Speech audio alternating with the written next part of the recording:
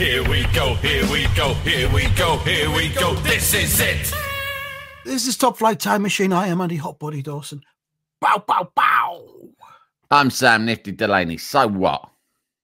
Welcome along to the Monday morning episode. You get it on a Sunday evening if you're a subscriber to the Iron Filing Society.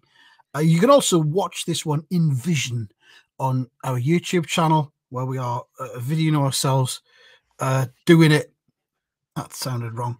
And so I've asked you to stay close to your microphone for technical reasons. Yeah, and that's it's why good I went because you're out of just shot. you're looming. Oh, you've moved back now, but you were looming right into the I had to. the camera.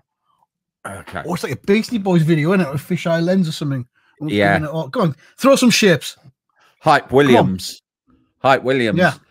I think he was the guy, wasn't he? Hype something, and he doing them all on fish lens. P. Diddy favoured it, but we can't talk about him no more, can we? He's turned out to be a wrong one. Although he's turned out to be a massive. Allegedly, I don't think there's been any charges yet, but I mean, come on, we'll not see any more. Would you like to play an imaginary trumpet for a little bit? Yeah, all right. We do that together. Jazz. Okay, yeah.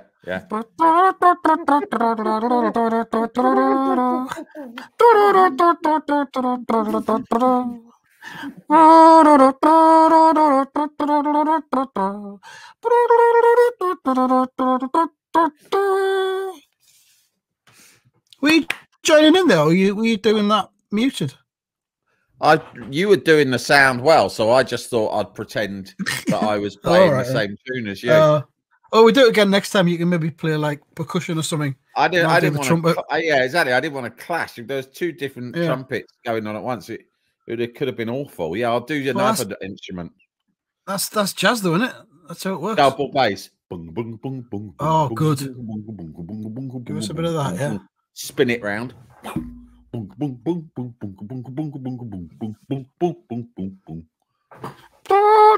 Keep doing it.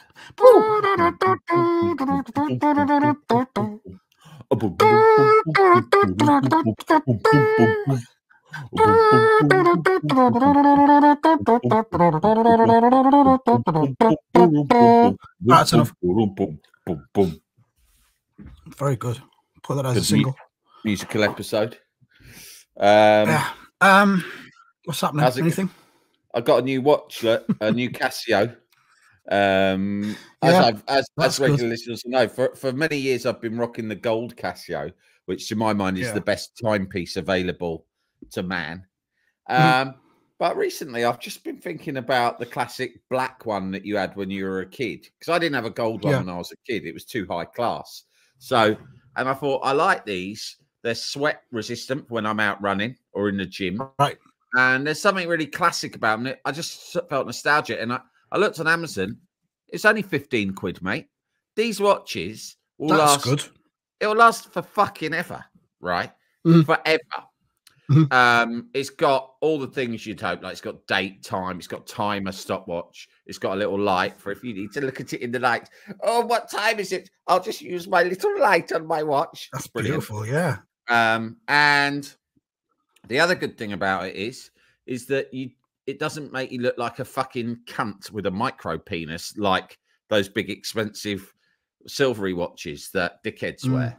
So it's almost like an announcement to the world. Yeah, they keep getting robbed in London, according to Kevin Peterson. Going to London today, Sadiq Khan. Look, I'll have to put on my Casio in case someone chops off my wrist, which I've heard they've all been doing. I've had to remove my wedding ring and stuff it up my arse, and I've drawn a little wedding ring on in pen instead. Yeah, crime rates are lower in London than they were 10 years ago. And violent crime's fucking hugely lower in London than it was in the early 80s or the mid 80s when I was a kid. I mean, they're just like, the stats are like unbelievable. Quite aside from anything, crime rate back then. Usually the victim. Yeah, quite aside from anything else, it's not the mayor's fucking job anyway. He's got no control over how many police we have on the street whatsoever. I'm pretty sure the government have it's the government massively reduced the number of police. He has no budget for police. He can, to some extent, influence policy, right? But he's got no budget over it at all. And it's just it's a fucking idiots and weirdo Tories from the home counties like fucking Kevin Peterson who shit themselves about fucking coming into town. It's fucking hell.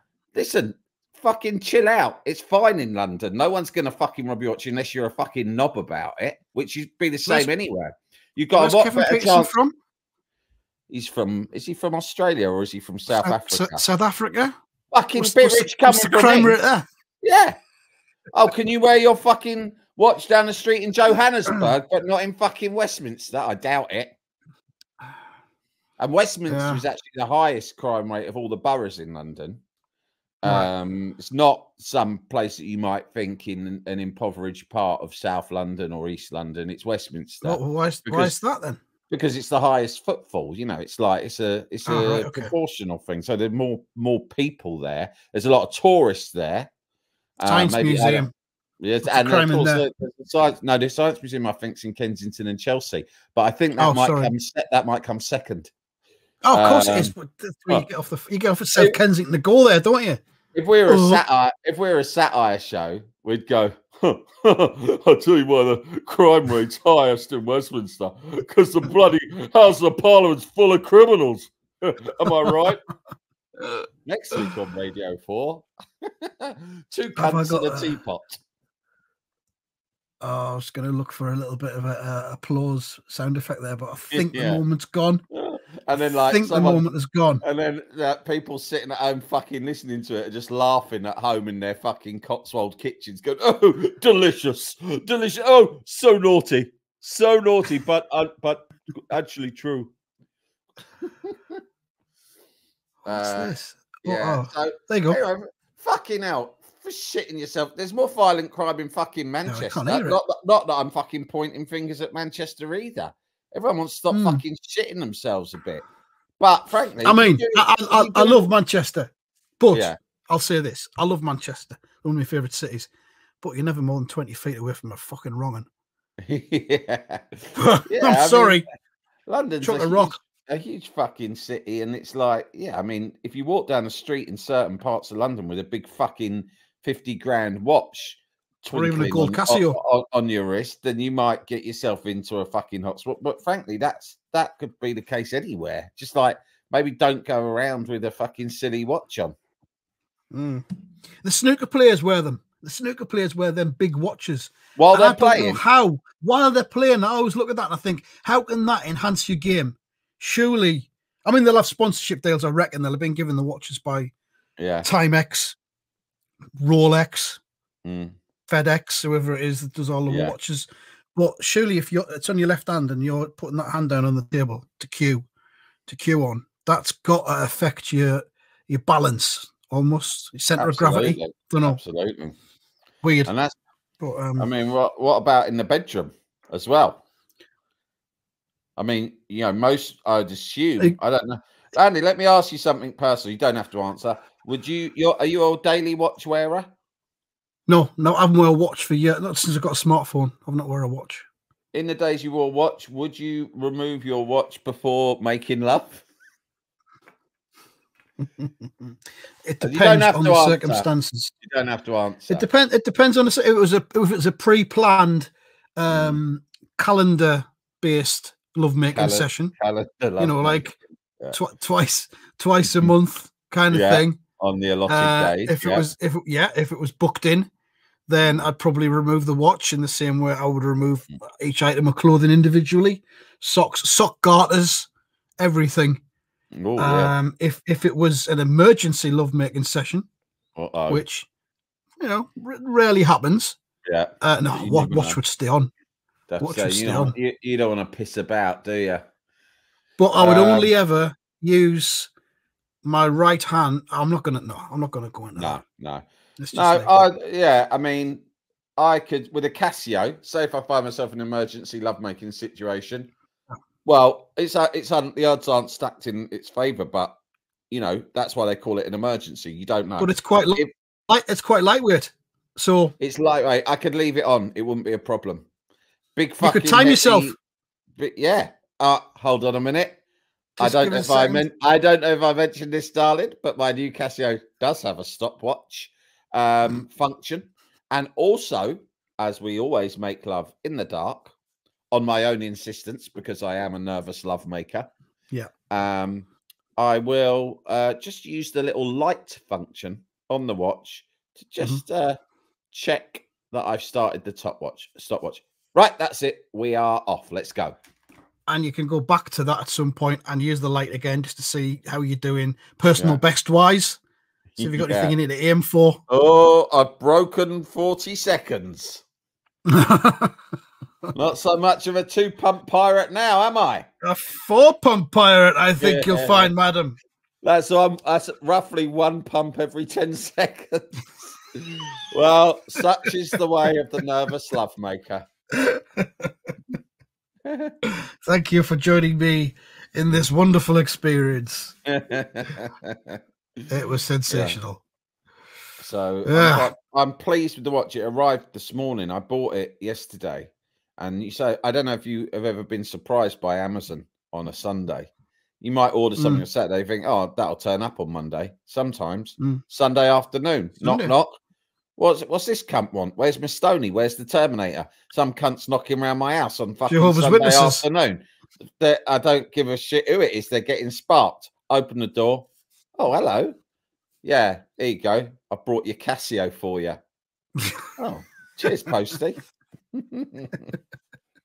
I was absolutely delighted, but I haven't set it up yet. I might have to ask my son to do that because it's been a few years since I've set up a Casio. There's a lot of fiddling around with the buttons.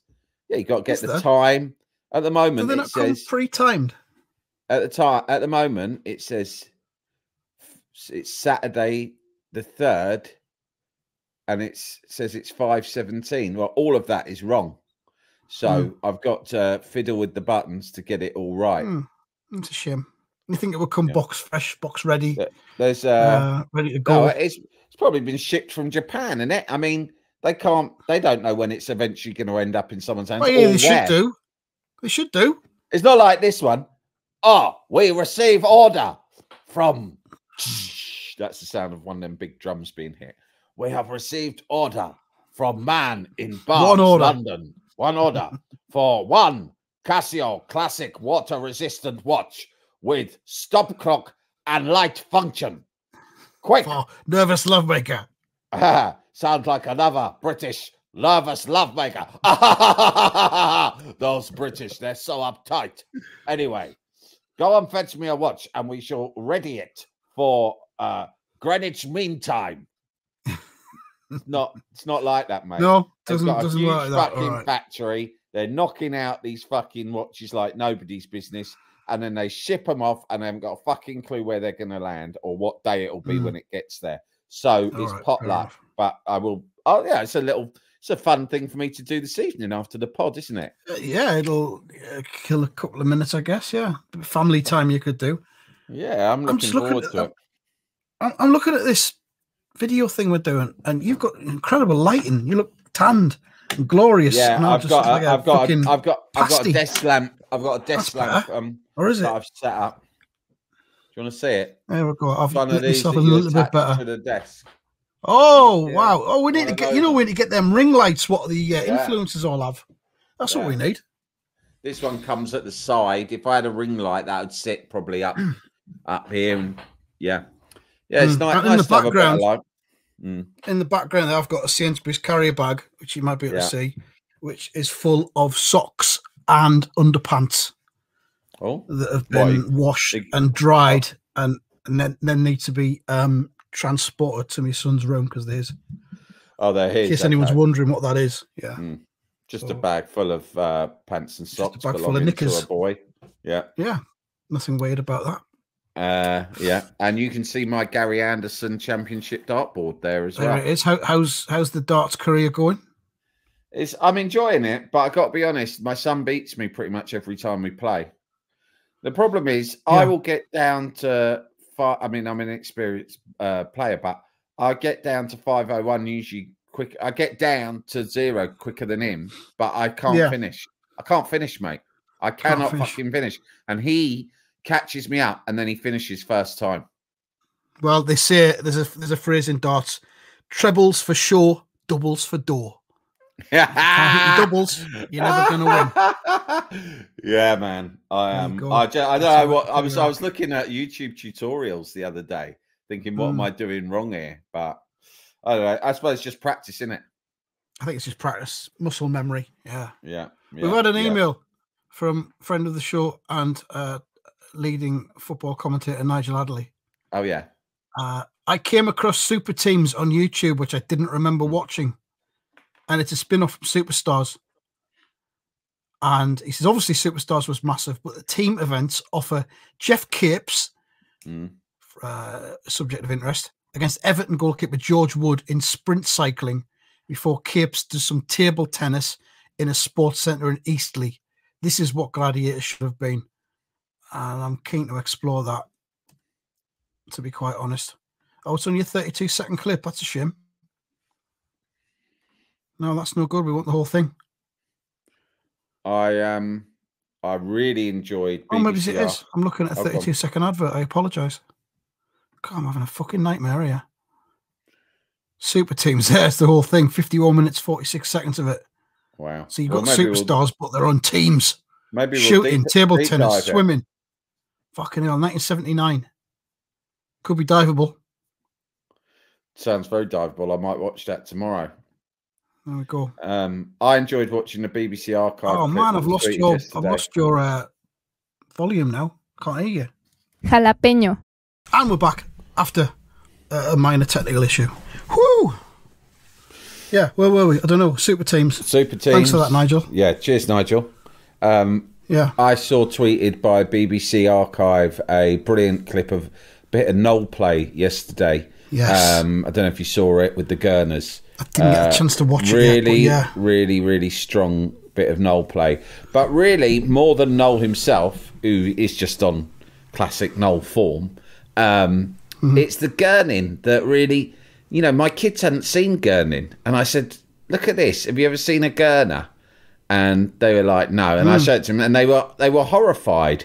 And they said, what's happening? Why are these men pulling such grotesque faces? And I said, well, their faces, in the 80s when we were kids, I said pretty much every single like entertainment television program would have a Gurner. And they were like, but that feels like something more from our grandparents' age or even our great-grandparents, like, you know, very early television or music hall. Like, here are some old men who will pull disgusting faces. And I said, you would think that, but right into the 80s, practically every show would have a slot where they go, right, guess what we've got for you this week? And they would always act, and this clip's a good example, they would always act as if the audience had never heard of or seen Gurners before, right? And that's what Noel's doing in this clip. I don't know what the show is, whether it's House Party, I think it's like might be the Late Breakfast Show. Judging by his hair, you can judge what era of Noel it is, can't you? By the hair, and by the height and breadth and everything. Yeah, and so I think it's not House Party; it's earlier than that. And he's like acting in that way where it's like, you know how Noel always is pretending to like laugh way more than the situation warrants, right? Yeah. Do you know what I mean? That is like one of the classic sorts. That's a staple of Noelplay, isn't it? It's playbook stuff. Yeah, he's like absolutely like feigning hysteria over something that's just sort of at best mildly amusing, right? Yeah. And that's what he's doing. He's Gurners, but he always introduces it and then interviews the Gurners as if it's something completely new. And it brought me back to like thinking when I was like literally 9 or 10, which is how old I probably was. I was watching, thinking, what the fuck? We know what a Gurner is. Gurners are on telly all the fucking time. They used to be on. I tell you what, they were always on nationwide. Yeah, exactly, like that. And that was a fucking every night. That was a news show. Even in fucking news had them on, right?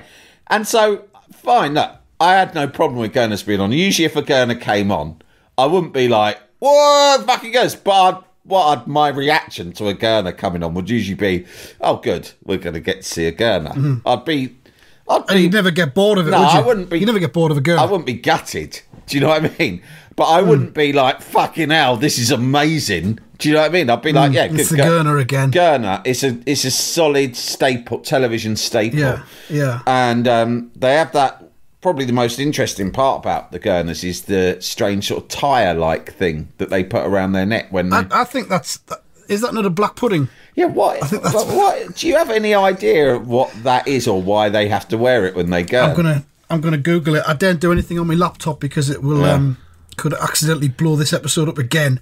But while you look for that, the other thing that I thought, because I was thinking, God, all these shows, Noel or whoever, they all followed such a formula, and they were all so strange. That's the main thing my kids say when I show them these clips is it's really strange, and my daughter always says all of the presenters seem like they're like really like weird perverts, and I go, yeah, they were. I said, literally, like 30 years later, there was a huge investigation into all of them, and all of them, not Noel, and they were all. Noel was the exception, right? But loads of them were done for being terrible sexual fucking pervert and nonsense.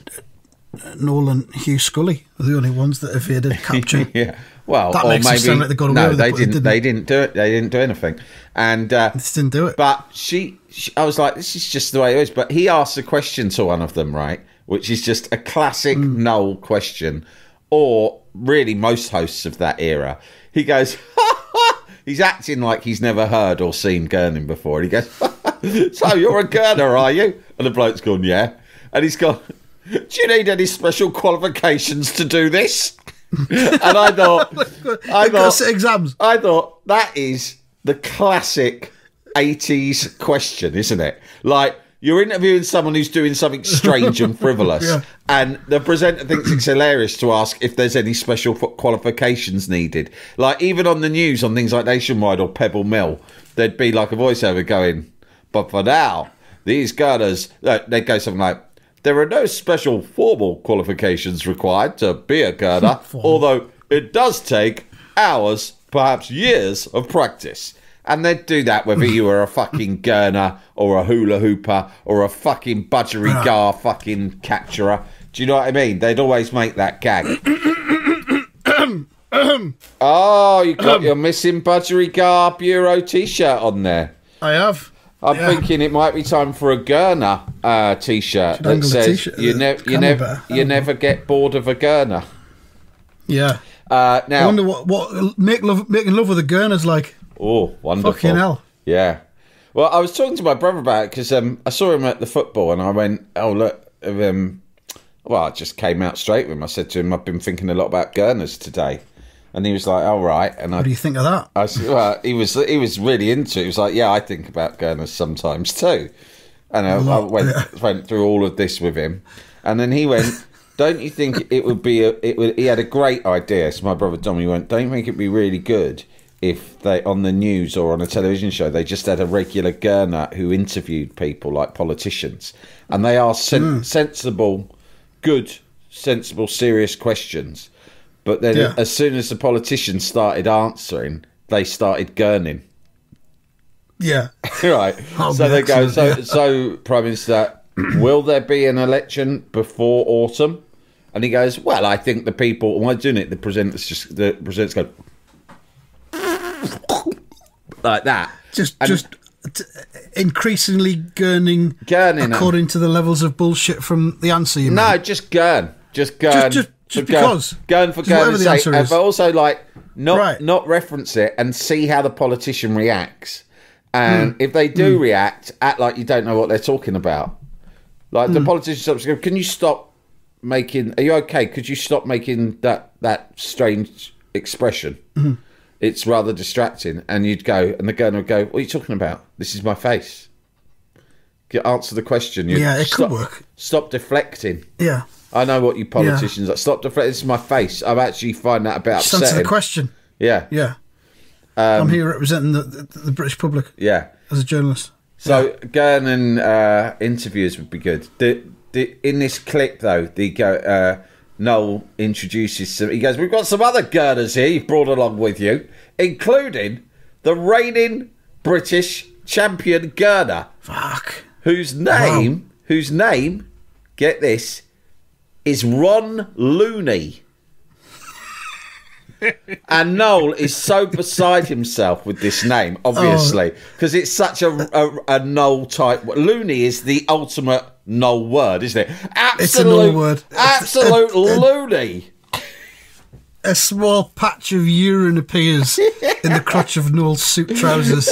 Loony. He loves saying loony, DLT and Ron Looney. Ron, and he just goes, what a name.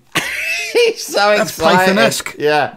And he really is called Ron Looney, and he's got a special sort of Giles Brandreth style novelty jumper on with like a Gurning champion knitted into it. Anyway, they all fucking compete.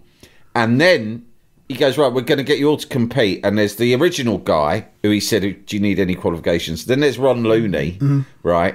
And then there's a Gurning woman, a she-gurner, I think they called them, didn't they? A gurness. A gurness, that's it, right? And then there's someone else. And they all have to gurn, right? And guess how Noel decides what the best gurn is? You may have forgotten this, mate, but you'll remember it as soon as I say it. He uses the clapometer. Do you remember that? There's a live studio audience, and Noel's got a clapometer, and of course, I don't want to spoil. I'm going to spoil it. Ron Looney wins, but he's not the world. He's not the fucking champion for nothing, mate. He's got a 10-yard head start just with his fucking name. Yeah, anything else? He is fucking good at it, and it's mainly old men, because the first old man he removes his teeth. And then your face just fucking caves in on itself. And it's like, at that stage, it's like, fucking hell, game over, mate. I wonder if any of them was Tommy Mattinson, who won the world title 15 times. And he took top prize in 86, 87, and then 10 times between 1999 and 2010. Well, that might have been after this period. But it might have been him. But I've just double-checked this clip, right? It's 1984. It was April 27th, 1984. The fact that Noel is acting like he's never seen... In 1984, Gurning would have been going on every day on television throughout the 70s, right? But Noel is... I'm watching the clip now with the sound down. Noel is there in this sort of like... Almost like... He's wearing almost like a safari suit, mate. Right. And his hair is... Flares? No, well, it's 1984, so I think he's ditched them. But he's sort of got a safari suit, and his hair, he's got so much sort of... Do you know what? He's from Essex, right? He actually looks like a bit of an Essex soul boy of the 80s. Because he's got like so much fucking like lemon yellow, what they used to call it, sunning. That shit you put in your hair to make it go... Yeah. It's like proper like fucking... Do you remember Loads of Money? What Loads of Money's hair was like? Yeah. That's what his hair looks like in this. That. Yeah, proper fucking 80s Essex hairdo. And I don't mean that in a bad way. It's like, I think it's quite cool. Now Ron Looney's come on, and the Gurness, and then there's a boy Gurner as well, mate. There's a boy Gurner on it. Oh fuck! I'm looking child at Gurner. There's a child Gurner, which I think is now illegal. I think it's illegal now.